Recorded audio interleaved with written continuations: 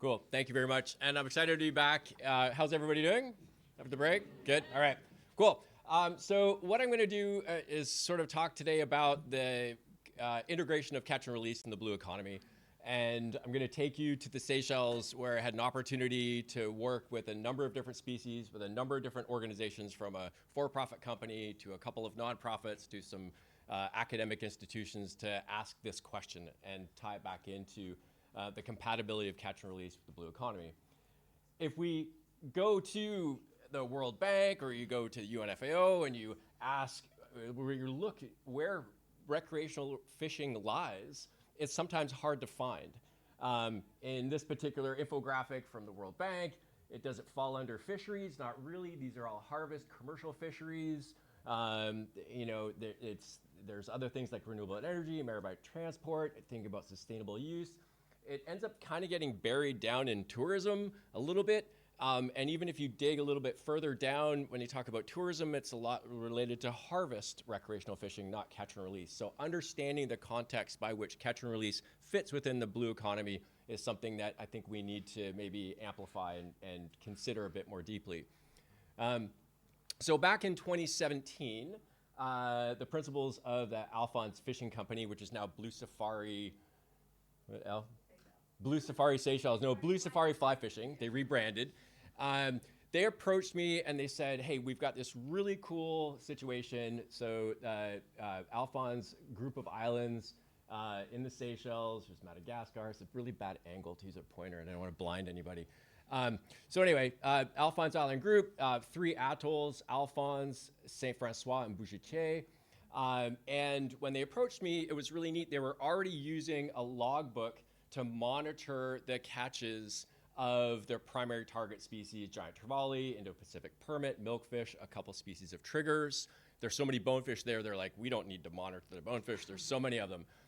And this is a guide-based monitoring program. The guides were using GPS watches, so there were geo-referenced of where they were catching fish and where they were fishing, so it was really kind of cool. They also approached us and said, listen, we have a code of conduct, we don't know how good it is, and we want to use science as a way to inform these best practices and the broader sustainability, which meshes with this whole concept of blue economy. And so this is when we pulled together a group of people, some resources, and started to address this question. And I'm going to summarize a series of studies across a number of different species. I go into a little bit more depth in a talk tomorrow about the work with GT. But I want to use it as a snapshot to ask this question about whether catch and release across multi-species is sustainable with the concept of blue economy. Okay. So the questions actually came from the guides. So I don't have the photo in here, but when I initially went down to do a reconnaissance trip, I sat with a lot of the fishing guides who spent an enormous amount of time on the water, and many of the questions came from them. These ones specifically, how do GTs respond to capture and handling? How are the movement patterns of GTs influenced by angling activities?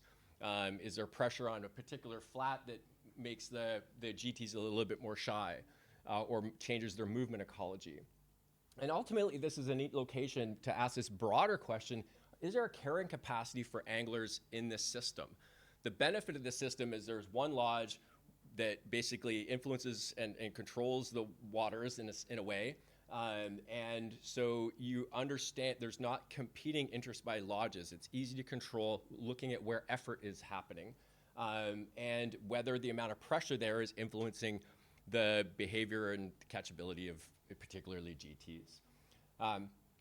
So to just quickly go over the series of methods that we used. Again, these are like 4 talks all jammed into one. To look at the question about our GTs, how do they respond to catch and release? We used reflex impairments. This has come up in a number of different talks in terms of how we use different reflex characteristics of the fish to look at indications of physiological stress and potential for post-release survival. And then we also added accelerometer loggers on some of them. It's like a Fitbit for fitness, and we're able to look at post-release activity. We did that for 50 GTs. It's a fly fishing destination, so it was all done on fly rod. For the movement ecology, we set up an array of 75 acoustic receivers, and we also had 75 GTs swimming around. Some of the receivers disappeared thanks to the ocean, but we had enough to kind of maintain a really good array. And at the same time, because of the log-based program, we're monitoring where the recreational and angling activity was going on. So we were able to layer on that information together in terms of where the GTs were and where the angling was happening. We also saw this as an opportunity to use pit tagging in a big marine system. Pit tagging is often used more in, I mean, we use a lot for Pacific salmon, but it's a technology or a tool that we use a lot in freshwater. The impetus behind this is that the for-profit company didn't want external dart tags because they were convinced that their clients didn't want to see jewelry on the outside of their precious GTs. So we had to up the investment. It's a little bit more expensive by getting pit tag scanners for all of the guides. But we trained up the guides to do the pit tagging and scanning. And this number is actually, we're well over like 1,400 or 1,500 fish that are pit tagged in the system. And using a combination of these methods, we were able to address some of these questions. So very quickly, again, this quick summary, this is from the catch and release assessment. We've got reflex impairment along the y-axis. We've got air exposure treatment along the, reflex on the y, air exposure on the x. We also, as a control, in addition to those that were caught and released via fly fishing, we actually hand-lined some GTs, which is an exciting prospect. But what you'll notice here, the reflex impairment actually goes, more loss of reflexes with increase in air exposure, which is pretty standard and what we see for many species. And then when we look at the post-release activities, this is overall dynamic body action. Basically the activity post-release, the GTs were pretty robust after various durations of air exposure. So from an outcome standpoint, GTs are relatively robust, to sum it up. And from an action standpoint, for thinking about how that ties into sustainability, is basically keep air exposure less than 10 seconds. This is a big summary of the movement ecology, but the one thing that was interesting, and I forgot to say when I introduced the location, the main lodge is on Alphonse Atoll, and a lot of the fishing occurs over here in St. Francois. But there are GTs here, and they often get provisioned at the end of the day. They get a little free treat. So there is some habituation. And if we're looking at the broader population of GTs, you have to understand the differences. If you can't treat them as an entire unit, if you're trying to look at the impacts of fishing on this stock. So very quickly, we noticed that the habituated GTs had a relatively small home range. Non-habituated GTs had a much higher home range. And this image here basically shows that there was overlap, obviously, between where the GTs were being caught and where they were spending their time, right? Because anglers are smart, thinking about catch and release. We'll see this more in my talk tomorrow about the potential at how we can use some of this data to look at hook shyness and habituation, even basically on some of the flats. So the outcome here, we've got relatively small home range for GTs. Fishing effort tends to overlap with the home range of the fish. We had a natural experiment. This happened during COVID. The fishing activity shut down. The movement patterns of the GTs were not, there was no difference between pre-COVID, COVID, and post-COVID. And you'll see some of that more tomorrow. What we are also able to do is match up some of the pit-tagged individuals. So these, at the time, these are all the pit-tagged individuals with their acoustic telemetry history, their movement ecology, and to give a sense of where the fish were recaptured and their broader home range, right? And so it gives you a sense of the fact that their recapture is their recap is near the point of capture, but also their home range is not very extensive. And so what's relevant here is that it comes to the idea of angling pressure, that we may want to encourage the rotation of flats over time, because if you're fishing the same fish day after day, that they may become sensitized to fishing pressure. There may be the action of capping the number of rods per day, and ultimately going back to those habituated fish, which were the blue ones up here. They like the snack, but at the same time, it influences their natural movement patterns in the ecosystem. Quickly going through bonefish, the question came up, are there flats where bonefish are more vulnerable to depredation or post-release predation?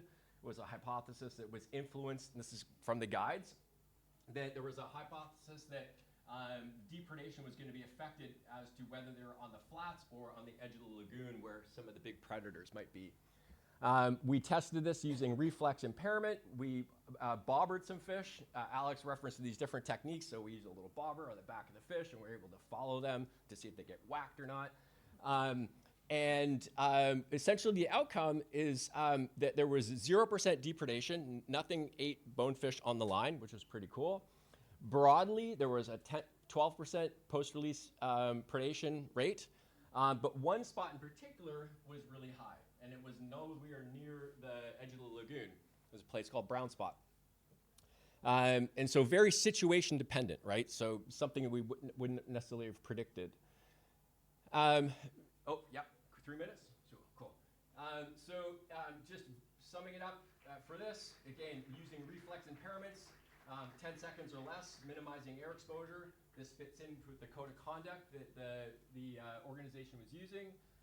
For this high-risk location, Brown Spot, here was the other fishing locations, their survival or probability survival, and here's the probability survival at Brown Spot. It's not good if you're a bonefish being fished at Brown Spot. So the action here is, reduce or eliminating fishing activity, and also this idea of maybe over time we want to reassess the post-release mortality in some of these locations. If you let a location go fallow for a little while, you might want to go back. And I think they've actually closed Brown Spot to fishing because of the outcome of this work. The last thing I want to touch on is milkfish, and this also came not only a question from the guides, but also from social media. Every once in a while, people are like, milkfish fight for so long because they don't build up blood lactate. Duh. And so we used reflex impairments. We used point-of-care blood meters to look at blood lactate, blood glucose.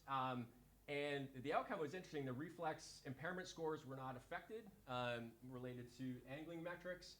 But what we did see is that, over time, with fish that were fought, so this is lactate and glucose, over time, for the very long fights, blood lactate started to go down a little bit, blood glucose started to go down a little bit. It was as if they were starting to potentially recover or metabolize a lot of the byproducts from the anaerobic muscle activity. They're interesting critters in terms of the way they respire.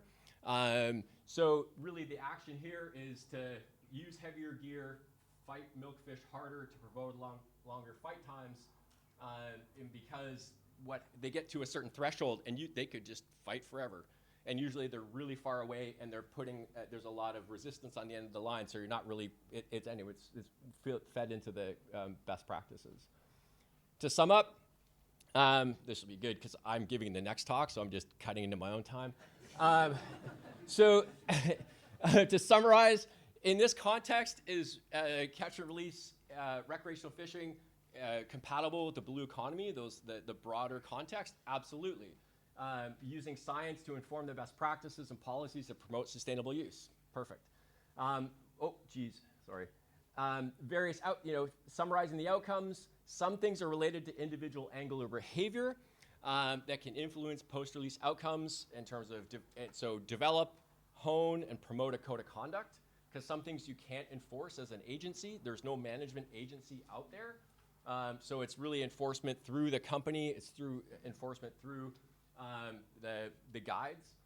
And then for the movement patterns of the GTs and other things that we'll show you tomorrow, the outcome and the extent of the angling activity can influence fish behavior. And the action there is sort of management-based considerations, site-specific monitoring, and rotating or enclosed flats to reduce or change angling pressure. So With that, I just want to thank so many different organizations that were involved in this, and the work there is still ongoing for other different questions that are coming up. So I'll take time for